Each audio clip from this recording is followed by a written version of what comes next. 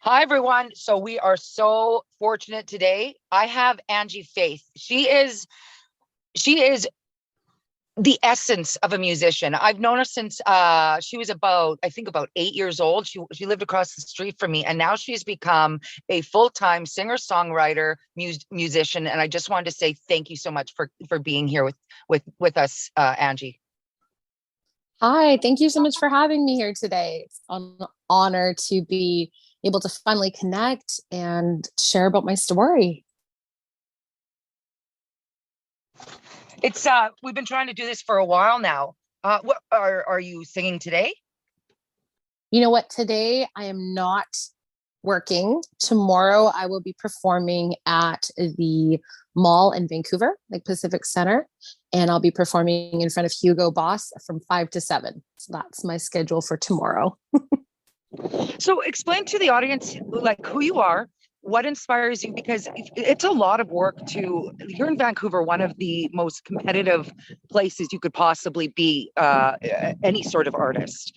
And you're keeping yourself super, super busy all of the time. And I understand why after hearing your voice and your talent. But how did you get even your foot in the door? Okay, so um, it started when I was really young. So in terms of like being like a working musician, I was about 18, I think, when I first started gigging. And I had a few mentors, a few people that were working musicians, and they lent me their equipment and they showed me like how it was done, right? So I used to have like a book. I had this like music stand with all my charts, with all my songs. And as I was performing a lot more, I started to get off book. I think I was off book by the time I was like 19. So it took about a year to get like a wheelhouse of songs. And then I just kept adding songs to my repertoire. I also was attending a jam every Sunday night that my dad was hosting. So I had the opportunity to connect and network with other working musicians and also perform with them, like jam, try out new songs and different keys, and working with people that were like already established, I think really gave me an edge. And then in terms of, being able to continuously book, it really became its own self-sustaining business. I would go out, I would perform, I would sing. People will approach me at shows. They'll ask me, can you play at this event? Maybe it's like a wedding or like a private birthday, or they have a venue, or they know someone who might need entertainment. And it really is just that simple. I give people my email information, or ask them to follow me on social media, whether that's like Instagram or Facebook. And I let them know my business name is Angie Faith Music. You can contact me there. I sometimes give people my phone number to speak with me directly. I think being someone who's just like open to those interactions and is really personable and able to communicate really clearly with people also has really helped keep my business like moving. And on top of all of that, I would consider myself like, an entrepreneur. Like I'm a go-getter. So, once I started to make myself known in the public as a musician, I also outsource bookings, right? I message people, I have people message me, I have people tag me sometimes when people are looking for a musician, and I respond right away. Like the best thing I can say, if you're a working musician and you're listening to this, if somebody offers you an opportunity, the faster you respond, boom, it's yours. I think a lot of people like they wait. I think that's a common mistake that people make. And people also love it when you respond like with velocity, like really quickly. And I seal the deal like really quickly with people. And I'm also someone who is a big advocate for asking what you're worth. And I think that's also what has me be able to sustain a music career in the industry like full time is I don't lowball myself. I don't lowball other artists.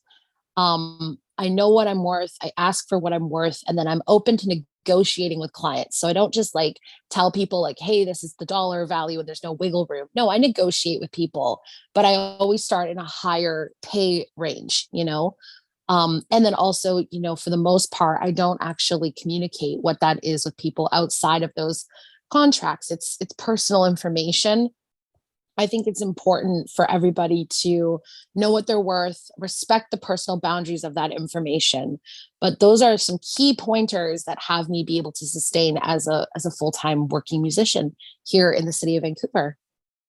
That all makes a lot of sense. And as an entrepreneur myself, it's sometimes, when you feel bad, you're not quite sure, you don't want to really involve money, but that's an energy exchange, right? And it's very important that you don't lowball yourself. And I think people appreciate people more when they go, this is what I'm worth, and it's they value themselves, so therefore they value you more. Absolutely. And also you're providing a service. This is something that I tell musicians, I might not discuss the terms of the agreements that I create or the rates that I charge, but I let people know, very basic, you're providing a service like any other job. And so there is no need to feel any concern or any, just don't feel bad about asking people for money. You're providing a service. It's easy when you look at it that way. Do you still have like nerves before getting on stage, or is it like, I can't imagine doing that. I couldn't do it. I would be so nervous. Honestly, I have more nerves getting online performing because of the technical difficulties that go on, which is why we're doing this, like off camera just for today. And then of course in the future, we'll do performances maybe online or maybe in person. I'm not sure which way we'll go with that, but yeah, no, in person, not really. I mean, here's the thing.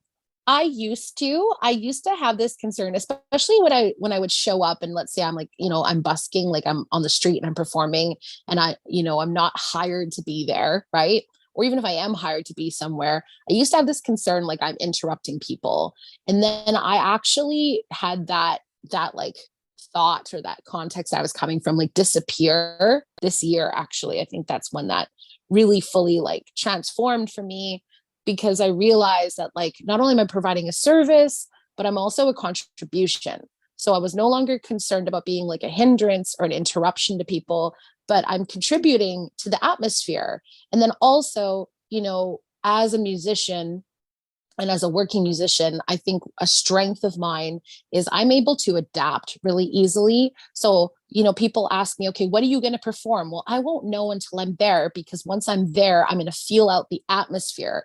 I'm going to feel out who are my audience, what range of, like age and demographic, who am I singing to? That'll actually show me which songs I'm going to present to them. Of course, I have a large wheelhouse of them, but I'm an empath too. So I really like to feel the energy of the audience. I like to feel the energy of the space that I'm in. Yeah. If I'm going in with like a rock song, if it's a party atmosphere, if I'm starting something more like jazzy, contemporary. Also, as a vocalist, I do like to start a little bit slower because I like to warm up my voice, even though I do vocal warm-ups before every single show. At least I try to my very best. I think it's really important to just start, slower. You had a little bit of a scare recently too, because you not only sing, you play guitar. Yeah. And what happened there? And how did that must have been terrifying for you as a musician to not be able to play the guitar, right? Yeah. So it's the second time it's happened to me. So injuries happen, right? If you're an athlete, if you're, a performer, as a musician, I first of all, as a musician, as a vocalist, I consider all vocalists, we are vocal athletes. Okay. So you can injure your voice, you can injure parts of your body. These things happen. The most important thing to know is that you can rehabilitate with the proper education, with the proper team members that you bring on. There's so much that you can do to rehab your voice, to rehab your body. So yes, in June, I suffered a shoulder injury. But, the thing is, Shantelle, is that it was a blessing in disguise because I was already starting to sing to like tracks and noticing like a lot of my friends were doing that while street performing as well and, doing shows. And so all it took was, the injury took me in a different direction and it had me learn new material that I probably wouldn't have even learned this summer had I not been injured, because I just would have kept playing my guitar. And what I also discovered is that the show and how I sing, with those tracks is totally different than how I sing with my guitar. Because when you're just singing, you're focused on the vocals and you're focused on the way your body moves. When you're holding a microphone and your arms are free as opposed to holding a guitar, these are all things to consider as, musicians, as creators, as performers, to try different things. Right. And I don't think I would have gotten myself into that, I get mindset it. or even Yeah. done that, right? If I didn't have that injury to kind of push me in that direction. So You were able to focus your energies, and yeah. I get it. That makes sense. Did you always know that you were going to be a musician, like when you were a little girl? Like it just Yes. feels like you are the embodiment of a musician and of what a true musician is. Oh, thank you. Well, I'm I, third generation in my family. So my grandfather's been a working musician. My dad is a working musician, and there's me. And to answer your question, yeah, I knew if you had asked me when I was like 5, 6, 7, between those ages, what I wanted to do with my life, what my purpose was, I would tell you like it's to be a singer, it's to travel the world, it's to make a difference with music. Like I really have for my entire life just known that I have this gift and I have this ability to, sing and really touch people with my voice. I've known that since I was a little girl. So yeah, my whole life basically. do you have a favorite song that you've written? Like, was there one that really just Hmm. highlights you? That's a great question. Honestly, I've written a lot of songs, like hundreds, and none of them have seen the light of day yet. We're working on it. Definitely, What? me and my team are working on it. I think right now it's because obviously with the pandemic for 2 years, we really we're focusing on other things, right? So, um, but yeah, I have so much music that's coming. It's just a matter of like now I'm really being strategic and like, okay, what do I want to put out? In what way do I want to put it out? In like what order, right? Do I want to put out singles? Do I want to put out a full body of work? These are all questions I'm asking myself. But as I go through, it's funny you would ask that question. As I'm going through all of the songs that I've put together, I'd say one of my favorite songs, a couple of them. I just can't pick one. But one of them is definitely Breathe, which I wrote in 2020 during like the heat of the pandemic. And Breathe is about us connecting to our breath, which is pretty obvious. It's also about really recognizing that all we have is here and now and being in this lifetime like together and really standing for one another.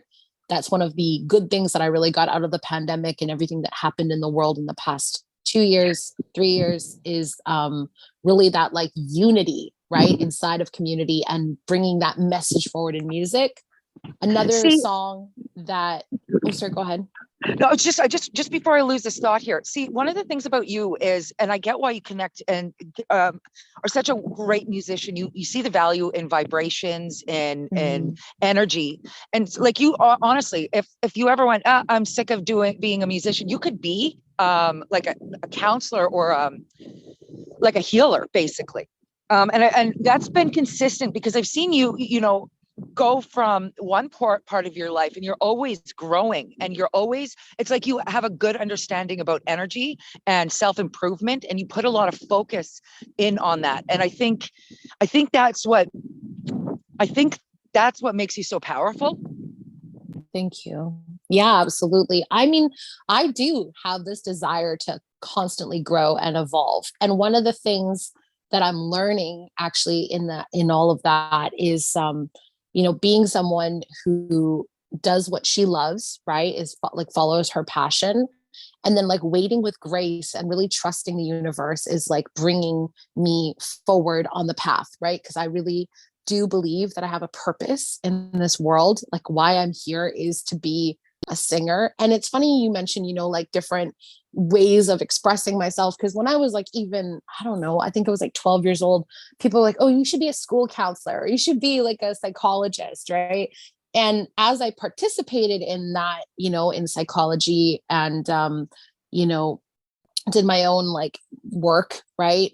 I really got like, okay, I don't see myself being someone that wants to do this, but I can see how I can create an integration of that message in the music, right? Like I couldn't see myself like actually sitting there because I don't know how people do that. Again, as an empath, like I just feel like I'd be absorbing people's stories all day long. And I think it'd be really draining unless I found a way to like really, like empty all of that and like release all of that, not take it on personally. But it's just really hard. Like I can feel people's energy from like a mile away, like the other day I was like walking down the hallway and don't ask me how I knew this. Like there literally was a person in the stairway crying because of what's going on in Iran right now, and crying because she has to go back to Iran.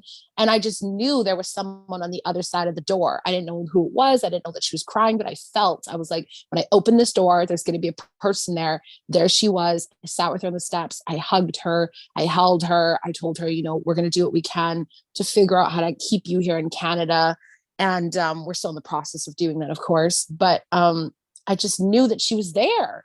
So yeah, I can see, like that's absolutely amazing. And I would say I'm surprised, but I'm not, because that's real, and people fine tune their intuition like that but see, with you, you're not only good at receiving energy, you know how to equal it back. So you know how to take a situation that's wavy and chaotic and find a way to really smooth it out. It might take a lot of energy from you, but you can hear it in your voice. You can hear it in your music. I think that's such a blessing. Like, I don't want to see you almost get to a point where you're like ever just in a studio, that would be almost criminal, like all the time. I mean, where you're not going around and like being around people to uplift them. Like, don't worry about that. I won't ever just be like in the studio. I'm a live performer. That's what I do, right? Like, I love, I have such a love for being with an audience, and whether it's 5,000 people or 5 people, they still get the same performance from me, because especially when it's like actually more intimate, it's a lot easier to like make eye contact and really connect with people. But I love doing that, even though I'm like, still, I'm working through being vision impaired, because truthfully, like, one of my eyes is like the dominant eye, which I see through, which is my left eye. And I have to often like look using my left side just to like actually see people. I make eye contact with people. And even if I can't see them very clearly, like I said, I can feel their energy. And so, it's also why I'm like an emerging recording artist. Like, it's not to say that I haven't been in studios throughout my whole life. In fact, I released my first EP. I think I was like 10 or 12, like the first body of work I ever did. It was like 2 songs, right? It was like, just a couple, but still, like, I was in the studio at a very young age, and I've been in and out. And I think that just my journey as an artist has never been about being this like top recording artist yet, right? You're right. It's been more about being out there on the front lines in the like the live aspects, really connecting with people. Hey, and speaking of lives, I'm sorry, I have to ask, has something like someone get married? Like, have you ever had a proposal? Like, what's the craziest thing that's happened in the audience while you were playing? Oh my gosh. Okay. So it's funny you say that. So in 2020, this was a wild, okay, I want to just create this story for everyone so you can get the context of it. So I think it was September of 2020, right? So this was when the laws were like this, that the establishments were closing at like 10 o'clock at night. They were closing down places like early to try to like manage people from like going out and drinking and things like that, right? They were limiting that. And so it was not a super like cold night. And I literally, just being so honest here, y'all, if you're listening to this, I had $0 in my bank account. I had this like shoebox, which I was like collecting money, because again, this is 2020. So obviously the gigs were like sparse. And everywhere I would go, people would be like, no, you can't perform here. You're not allowed. You don't have a permit, or we're not allowed to gather people. Like, all of that was still happening, obviously. And so I was like broke, and I told my boyfriend, like, I just felt the need to go out and perform. I missed it. And I also needed to make money. That was the reality of it. And my partner, he was like, sure, I'll come pick you up and let's go on an adventure. So we started off in English Bay. And when we got to English Bay, there was nobody there. So the purpose was to perform for people and try to make some money and like connect and there was nobody there. It was like a ghost town. This, again, the height of 2020, right? Like, there was like just nobody out. So we went down to Gastown, actually, right where the Guilt & Co. is. And I performed in the streets, and it was amazing. So My boyfriend was there. My friend and his girlfriend were there. He actually videoed it. So you can go to like my Instagram or my TikTok and see this footage in person. It was just the most amazing event. If you're listening to this and you were there, you know exactly what I'm talking about, because I swear at one point there was like 100 people there, and they were all gathered responsibly. So everybody had social distance. They were all in their own little groups. But I think it's also because when I was performing, it was between that 9:30, 10 o'clock hour, all the bars were closing and everyone was coming out of the venues. And then there was this music happening, and people just like I was like a magnet, just like bringing people in. It was so special. And during this performance, this guy walks up to me and he asks me if I can play Ed Sheeran. And I go, yeah, I've got Thinking Out Loud. I'm playing my guitar at this time. Right. So I start to play the song and he says, I want to ask my friend a question. And I was like, okay. So he takes his friend, into the street, into the middle, right? In the middle of the audience, everyone's like around them. And this guy gets down on one knee and proposes to his boyfriend while I'm playing Thinking Out Loud by Ed Sheeran. And my friend caught it on tape because he was like videoing the whole performance, right? So No way. I was just like, oh my gosh. And then he said yes. And then they hugged each other. Oh, And I oh hope my he said gosh. yes. Yeah, he did. He totally did. And honestly, like Kevin and I are still connected to this day. He just commented on one of my videos and then was like, oh my gosh, like, it's been like 3 years and like we're still like in touch, So it's Are just they still like together? they're still together. Yeah. I don't know if they like actually got married. I don't have that information, but like they might have done it, or they might still be waiting. I'm not sure, but we're still connected. So actually, you know what? After this, I will go message him and I will go find out what happened there. Because I want to know. Yeah. But yeah, it's just like moments like those, Magic. where it really is magic. And then like also in 2020, we were walking down this beach and this couple, they were doing like their wedding photos, I believe. And oh my gosh, I'm like in a sweater and sweatpants. And my buddy's like, hey, like, will you sing them a song? So I sing them Can't Help Falling in Love from a Distance. Again, all of this stuff is documented on my social media. And I think that video ended up going like not viral, but viral enough for an independent artist where it had over 1,000 views in like under 24 hours. Like people and comments too. Like people just love that. And like you said, it is magic, and it is my honor and my privilege as a musician to use my gift and to spread that love and that energy, right? Like you're saying, it is energy. I'm like, just sharing that energy, that beautiful vibration to them, and they're receiving it. And there's this like, it's almost like the stream of light that I start to see when that happens. It's so magical. Even the other day when I was down at Davie Street, there was this couple and they asked me if I could sing the song by Bob Marley. And I sang this song a cappella. I didn't use the same key. I just was like, just feeling it, channeling it. And it was sunny and they were holding each other and they were dancing in the sunlight. And I closed my eyes and I could just feel them. I could see their auras. I could feel them while they were dancing. And I was singing to them, and I sang to them for probably about 10 minutes. I just kept the song going until it felt like it was naturally like a feather floating to the ground, just the natural descending. And, just moments like those are worth more than any dollar value, than anything. And it just continues to give me that reaffirmation of, this is why you're here. This is why your soul is here. This is your purpose. This is it. These moments, this is what you're meant to be doing in person. Trusting your purpose. Out here in the world. Absolutely. Yeah. Now we covered, I kind of did this backwards, I guess. So those are some of your best ones. What are some of your worst experiences? And then we're going to have to go back up again. We'll make sure that we bring it back up again.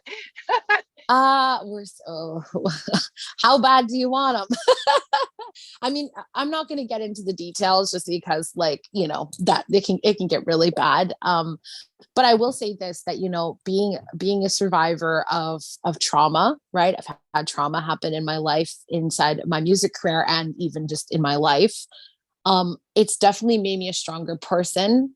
It's definitely given me access, I would say, right, to that level of healing. Like if I didn't go through that stuff, I wouldn't be a seeker of that healing. And with that healing came the music. So I think they all were like, events that happened in, in a line, right? All for that message.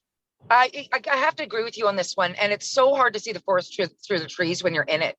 But like oftentimes when negative things happen, and I think back on to negative things that have happened in my life, you can find an appreciation for what the lessons were in there. It seems like the energies around us kind of have to sometimes push us in the right direction, or they have to push us away from a certain direction. For our own good at the end of the day. Now, that being said, you know what I would love to also hear from you someday in the future, but sooner than later? I would love just a spiritual album, you singing to like a meditation singing from you, or something like you understand, where I could just,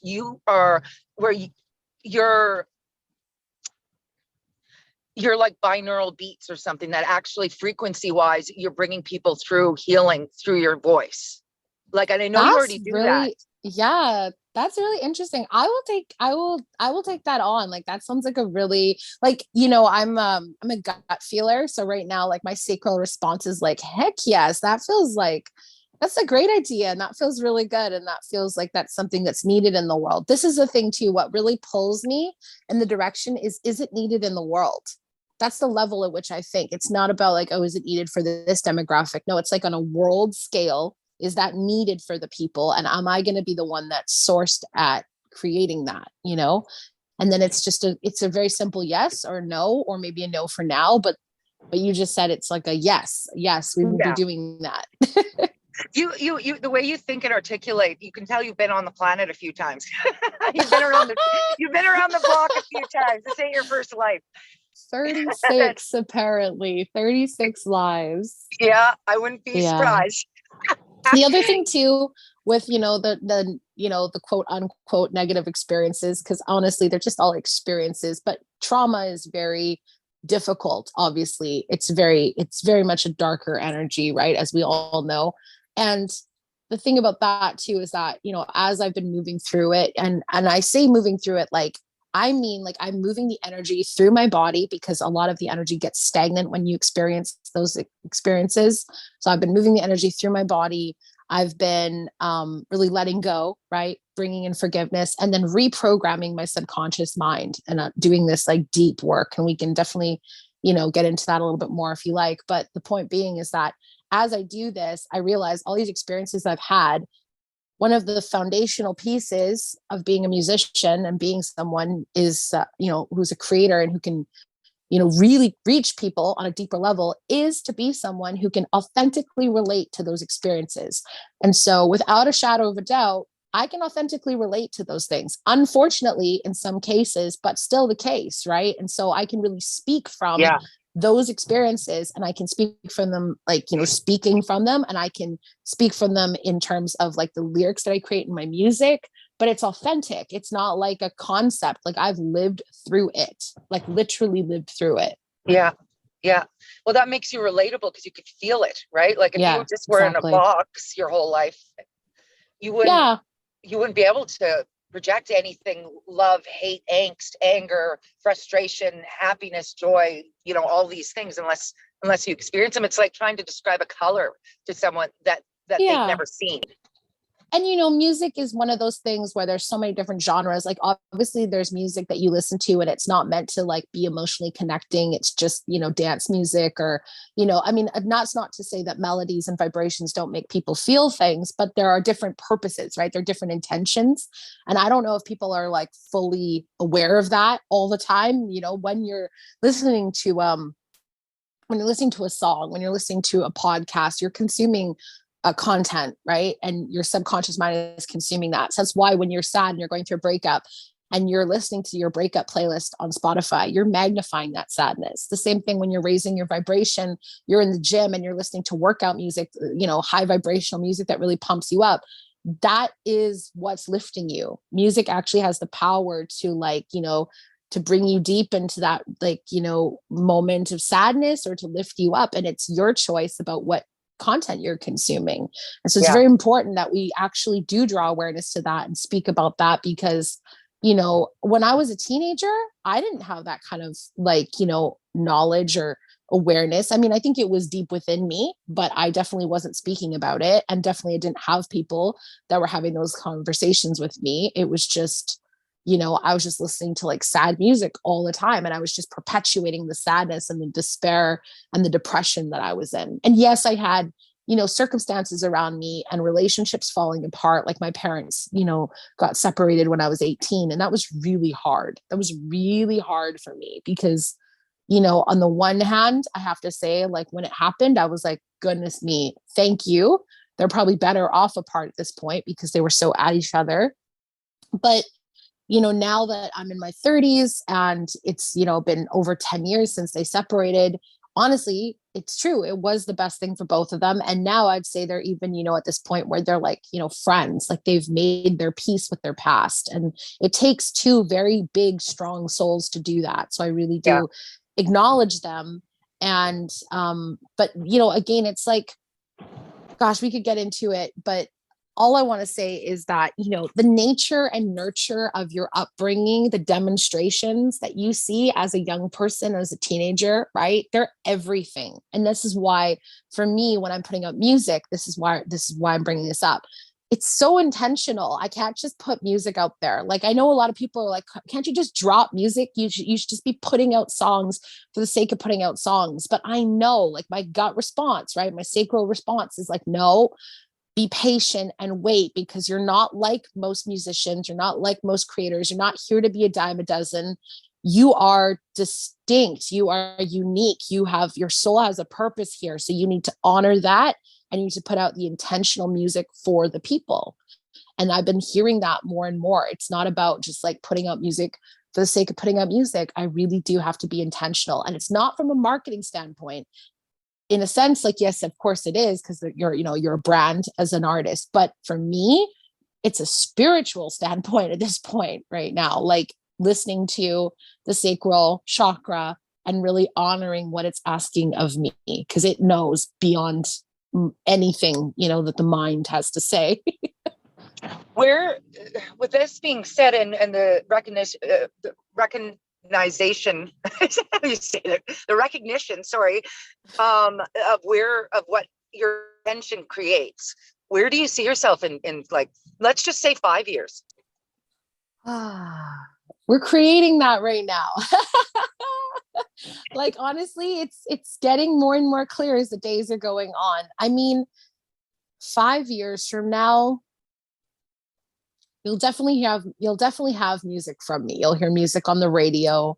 You'll be seeing me in concert. I'll be touring Canada, if not the world, probably international, but definitely I'll have done a couple of Canadian tours. So if you live in Canada, like, you'll have seen me live.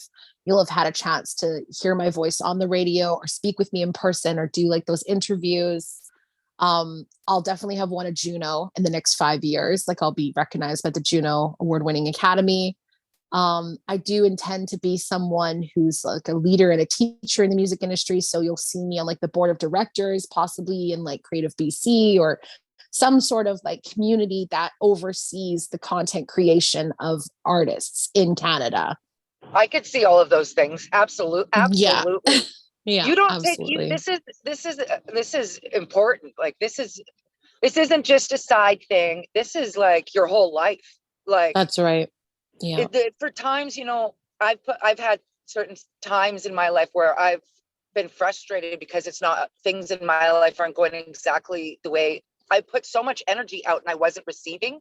And then there's points where I'm like the same output. You know what I mean? I wasn't getting the same energy back that I was giving out. And then snap, things started happening. And all of that wasn't coming before came all at once. And I wow. just, yeah.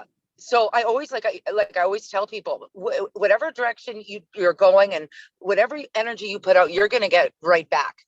So absolutely. Yeah. Well, one thing I want to say to that, and this is something I'm learning, okay, and so far our listeners today, when you're asking for what you want in life, whether you're asking from the universe or God or whatever spiritual belief or religious belief you're coming from, okay, whatever God you believe in. I just want to be responsible, like whoever's listening, when you're asking for what you want in life, plain and simple, and it really is simple, you must be very specific. Because if you're not specific, you're going to get a mishmash of things. So the more specific you can be, the more you can use imagery and really visualize that. That's the foundation. That's like step one. The second piece is once you're very specific about where you're going, like you set a target for yourself. And I mean, like, so specific, you know, for those of us who use like Google Maps or like GPS, like when you type in an address and a postal code, you're going to that direct address. You're not just going to Calgary or Richmond or wherever, right? You're going to a specific address. I mean, that level of specific. So once you're specific with your goal, what you want, your destination, then you need to take actions in that direction. And anything that doesn't happen, like you were saying, like, oh, you know, all these things weren't happening, it's just a redirection because it's not part of your path. You're like, you've claimed it. You're like, okay, this is where I'm going. This is the very specific goal I have. And then if things don't happen in life, that's the universe's way of saying, well, that actually isn't on the path to this person's house. So sorry, you're being redirected. Sorry, you're being redirected. And it might feel like rejection, and it might feel like you said things aren't happening, but then all of a sudden there's this tidal wave, right? Of just like, literally, like if you can imagine it, like this wave of water, right? Just pushes you in the direction of exactly where you're supposed to go. And that is the art of being someone who manifests and creates. And it really is an art. It really is a science. If you're new to this, you know, technology, formula, concept, spiritual conversation, I encourage you as a listener to go and look into the examples. And the coolest thing about all of this, and this is what always lights me up, is it doesn't have to take a long time. It can literally be like within minutes, seconds, moments. It's that quick when you get specific. I do agree with you. And I do agree with you to an extent. I have a lot of clients who are so disappointed when I have to help kind of redirect. They get something in their head that they think that they want. Mm-hmm. And they don't. And like, they're this being specific, you have to make sure that you know what you're talking about, though, because people think that they want something sometimes and they really don't. Like maybe whether that be a relationship, or they go, I want to be really well known in the community for this work or that work that I'm doing. And if they don't really understand what their intentions are, things can go awry, because the way that energy and magic work is it will find the simplest and easiest way to get to a point. So if I want to put out a little bit of a, I'm worried if people get too specific about what they're trying to create, because sometimes they don't know the steps to get there properly. I guess that's what I'm saying. They might. Well, that's the mystery in it, right? But also, I hear what you're saying. It's very important to be clear on the why you want things, right? If you're coming from a space of being authentic and genuine and following your heart's desire, that's different than being impulsive. You know, like you were saying, like maybe they don't want that relationship, or maybe that relationship, we're just taking relationships as an example. Maybe that relationship doesn't serve their highest self. Then yeah, maybe that's something that they think they want, but truly it doesn't serve them. But it's still something they want. It just doesn't, it maybe doesn't serve them. And you can see that as someone who's listening to them. Yeah, exactly. But another way to think of this too is someone's like, I want to be rich. And they start planning things out. And they find out that, you know, at the end of their life, that a whole bunch of money wasn't really, it's not exactly what you said. It's not for their higher selves. Yeah. So when people want things, it's really, really important. Like you said, that they know it, and it has a higher intention to it, and it has a very good root base to it, because has to be genuine. Your why has to be genuine. Think that out. Yeah. Yeah, exactly. Your why Yeah. has to be genuine. I think that's what you're pointing to. It's not about just what you want. And thanks for adding that in. Is your why that you want it a genuine why, or is it impulsive? This is why I brought up the sacral chakra, because the sacral chakra is where all of my creativity flows, and it's actually blocked by guilt. There's this meditation that I listen to. Honestly, I listen to it as often as possible, sometimes daily. And the sacral chakra is also known as the water chakra, which doesn't surprise me because I'm a Pisces, I'm a water sign. So it doesn't surprise me that I'm like drawn to water or drawn to this chakra meditation or even talking about this. It's just part of my design as a human being, right? But the sacral chakra is like the root, right? Yeah. Yeah. I'm going to ask you 10 questions and answer them without thinking too hard. Okay. Okay. Best quality. In who? In myself? You. Yep.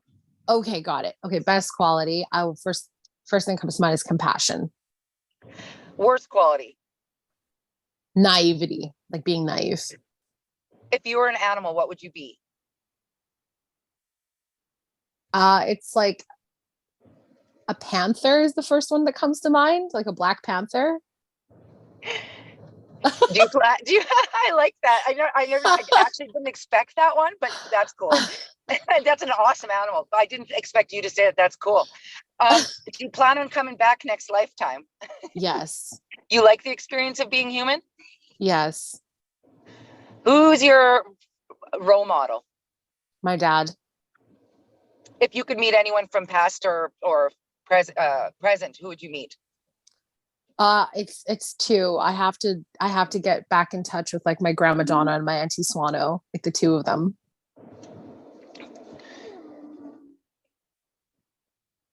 So, is my audio? Sorry about that. Do you what was I going to say now? Oh crap. Do you plan on having kids? I'm uncertain. Yeah, uncertain. If you could go to any time, past or future, where would you like to go? The 70s.